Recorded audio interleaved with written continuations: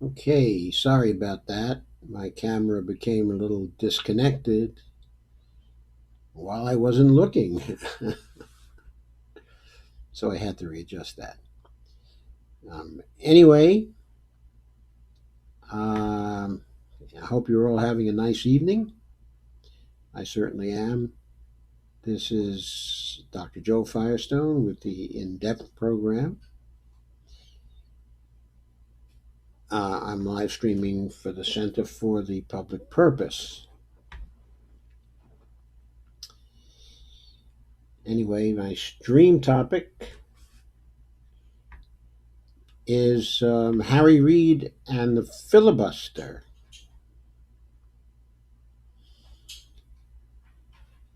Uh, and the stream is prompted by an article that appeared in Common Dreams.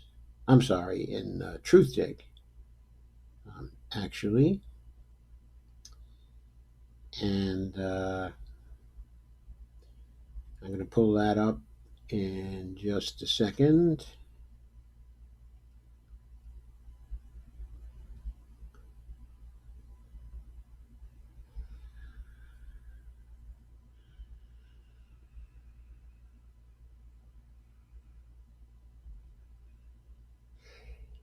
And here we are. And the title gives the essence of the story. Harry Reid is urging the Democrats to get rid of the filibuster.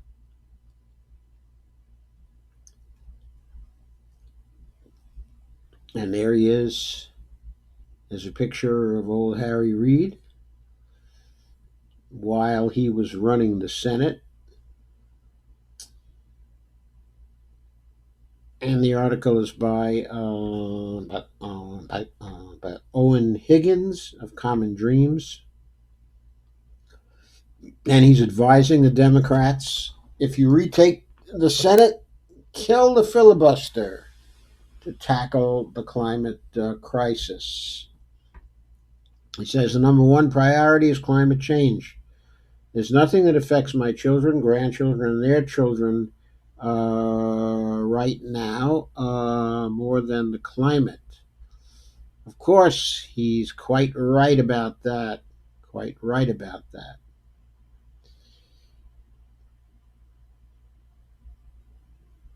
But of course, there are problems. The Democrats have to retake the Senate, and that seems to be a little problem. But right now, the map is in their favor.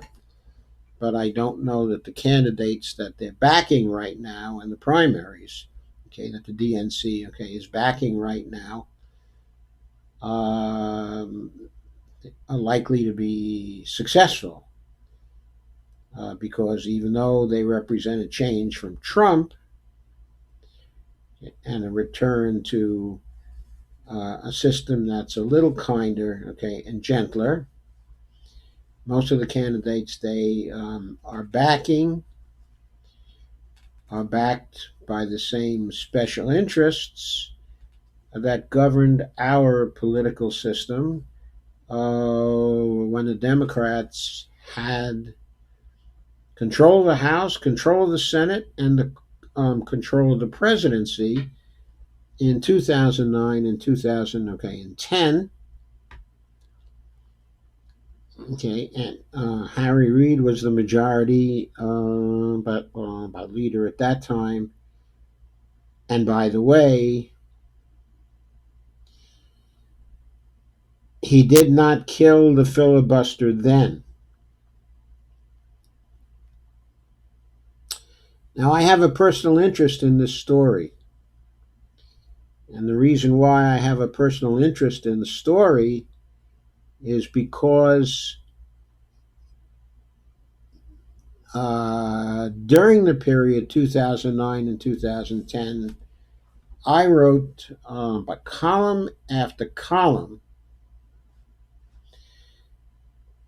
concerning the filibuster and the importance of getting rid of the filibuster so the Democrats would not need 60 votes to pass, for example, a Medicare for All bill, or even a health insurance reform bill that contained a public option. Uh, the fact that they needed the 60 votes stopped them from passing a financial regulation bill that would have been effective against financial capitalism, Wall Street by speculation, and the growth, of bubbles created by Wall Street from time to time. A great danger to our economic system, caused the crash of 2007, 2008, of course, and it looks like there are bubble problems now, and we might well have another crash in a not but too distant, let's say during the period from now until 3 years from now, or something like that. Uh, Also, there was a need for a credit card reform bill in 2009 that would have been a good bill, that would have changed the interest rates on credit cards so that they would not no longer have been a form of by usury. We used to think, that interest rates above 12% qualified as essentially unfair, but we took the brakes off by credit card rates some time ago, and as I'm sure some of you know, there are many of you who are paying up to 24%, 25%, even up to 25% annually on your credit card interest rates. This could have been stopped in 2009 had the Democrats not had to get the 60 votes to stop it.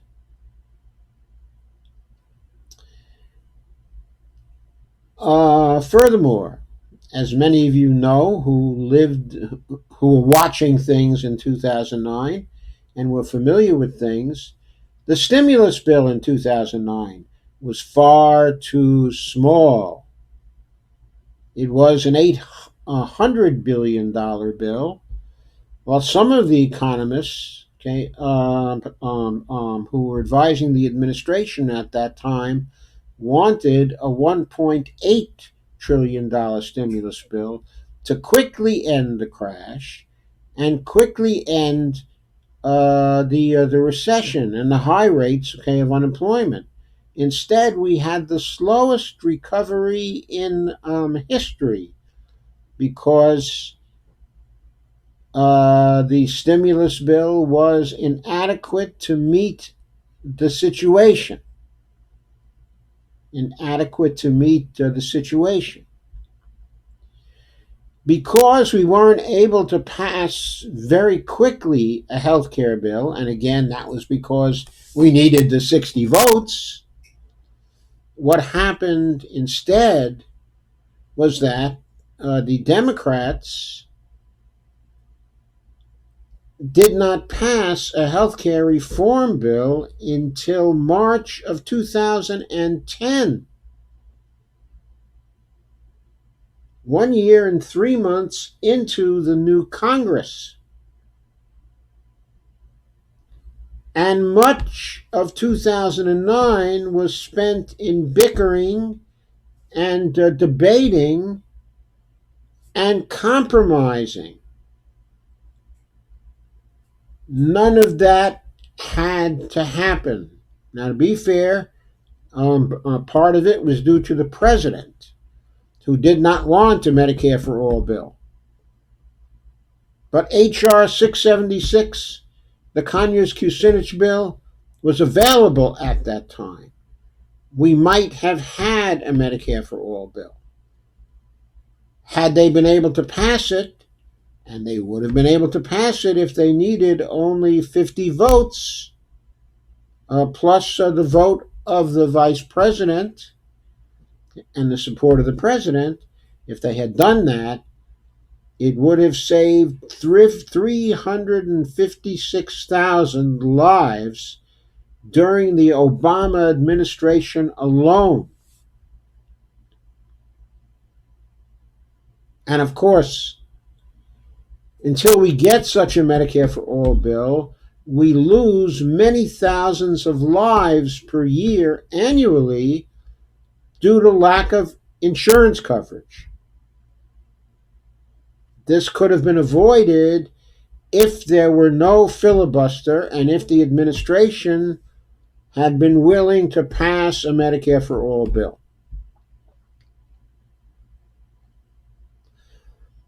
In the first days of the administration, we heard a lot of talk about turning to meet the climate change problems that we were having. The administration never got around to that. It was too busy fighting the healthcare insurance reform battle. When it finally passed the bill in March of 2010, that bill was not going to be fully effective until 2014. But taxes to pay for that bill started immediately. In the 2011 fiscal year. So people were paying taxes and getting very little benefit until 2014. That was political malpractice. But also something that's not recognized as being malpractice, but certainly was the fact that the Democrats, because they needed 60 votes, took so long to pass most of the bills they passed in 2009 and 2010. So they never had the momentum, they never had the time, they never had the popular support to get to a climate change bill. As a result, we will have lost at least 10 years in the fight against climate change. As you all know, we now have our backs to the wall. That's where we're sitting right now. Because of the failure of the Obama administration to act and the failure of Harry Reid to get rid of the filibuster in the Senate.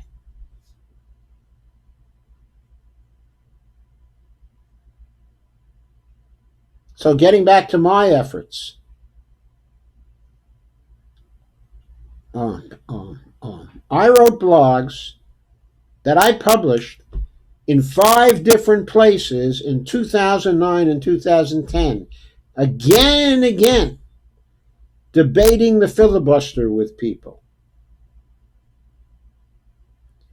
And finally, writing blogs that placed the blame squarely on Harry Reid's shoulders for not getting rid of the filibuster.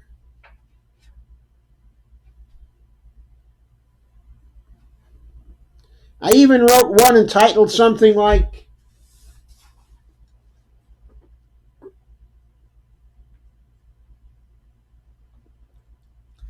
he can have the credit, he can have the name. That was sort of a crib from a Tom Lehrer song. He can have the credit, he can have the blame, but Nikolai Ivanovich Lubachevsky is his name, if any of you happen to know that. That probably dates you, if you do know it, from something like the 1950s and early 1960s. But the point is, in column after column, I place the blame on Reed's shoulders because, of course, it was the Senate that was blocking things at that time. Obama pretty much had control of Nancy Pelosi in the House. She would have followed him anywhere. And she pretty much did. But Harry Reid could not follow him anywhere because he was unwilling to get rid of the filibuster. He could have gotten rid of it on January 3rd of 2009. And the whole history of the last 10 years in the United States would have been different, would have been vastly different. There would have been no Tea Party in the United States. There would have been no Republican victory in 2010 that killed the rest of the legislation in the program of the Democratic Party.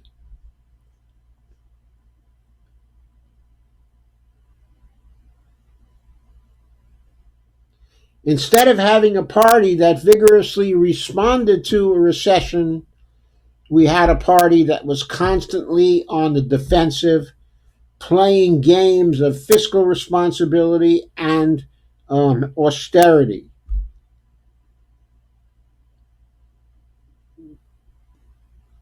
Because they were getting that kind of opposition from the Congress. So, in the period 2012 to 2013, we had the fiscal cliff, which placed a brake on spending that was very much needed. And by the way, I didn't even mention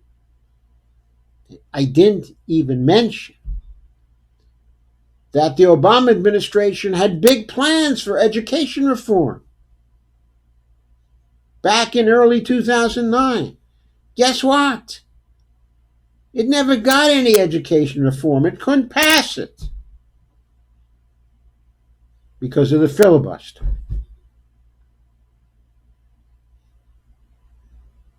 So, okay, enough blame on Harry Reid. That's history. It's not all at his door. Nancy Pelosi was no angel, okay, and Obama was no angel either, in spite of what many of you still believe about him. But apart from that, there's a chance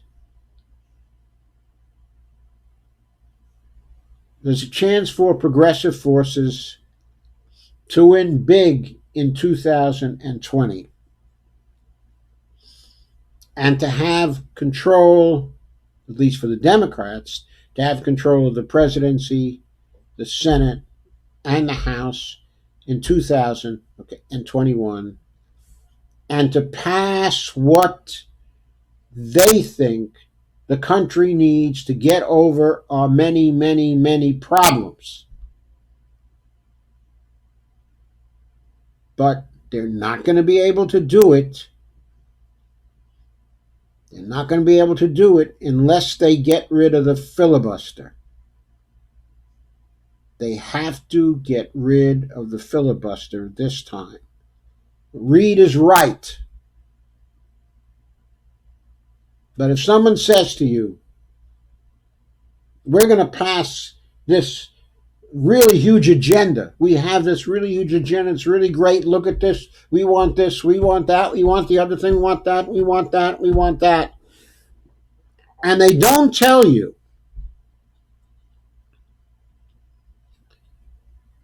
what their plan is definitively. Ignore how you're going to pay for it. How you're going to pay for it is not a problem. There are many different ways to pay for it. And they don't all involve taxation either. That's not a problem. The real problem is, how are you going to pass this against the filibuster? That's the real problem. Once you get a government where the Democrats control the House, control the Senate, and control the presidency. Even when it comes to campaign finance reform, and you have a Democratic administration that wants to pass that and wants it to be effective and get big money out of politics. And you've got a Supreme Court on the other side that wants to keep the big money in politics. There's even a way to get around that. There's a provision in the Constitution, okay, it's Article 3, Section 2 of the Constitution.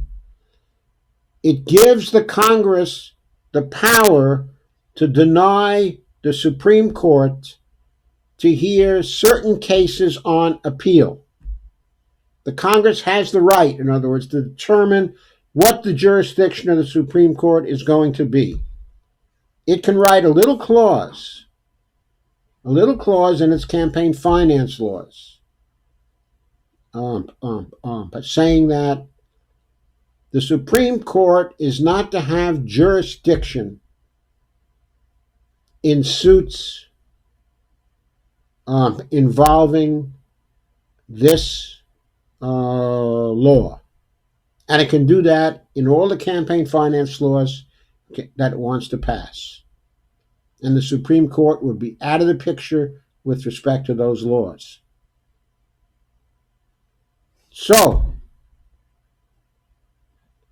okay, it's up to the Democrats. If they do get control, if they do win, okay, the electoral battle, it's then going to be up to them to save us from the most serious threat we've ever faced, which is the climate change threat.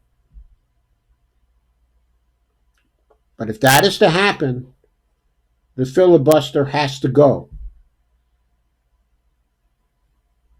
So we need to make them do that on January 3rd, 2021.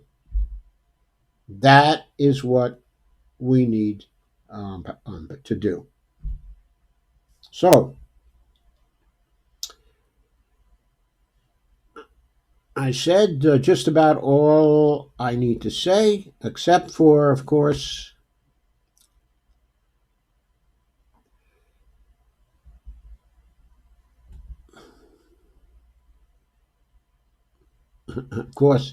please share, like, and subscribe, because while I'm streaming on Facebook now, I'll have this video, okay, on YouTube also. So please share, like, and subscribe.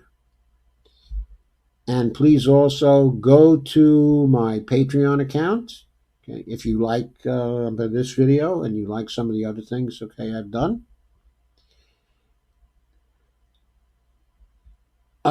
Even $1 helps. Even $1 helps to keep the lights on.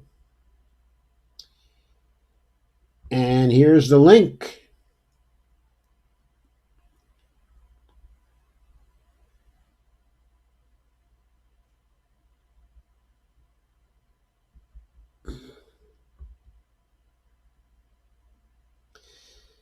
So thank you for coming.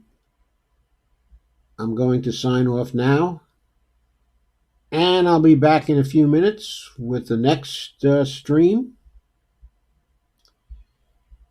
which will be on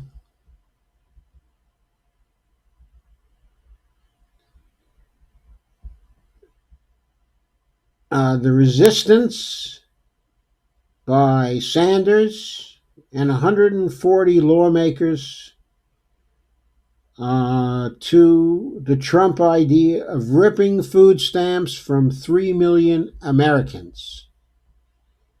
I'll be back with that in just a few minutes. Thank you for coming again.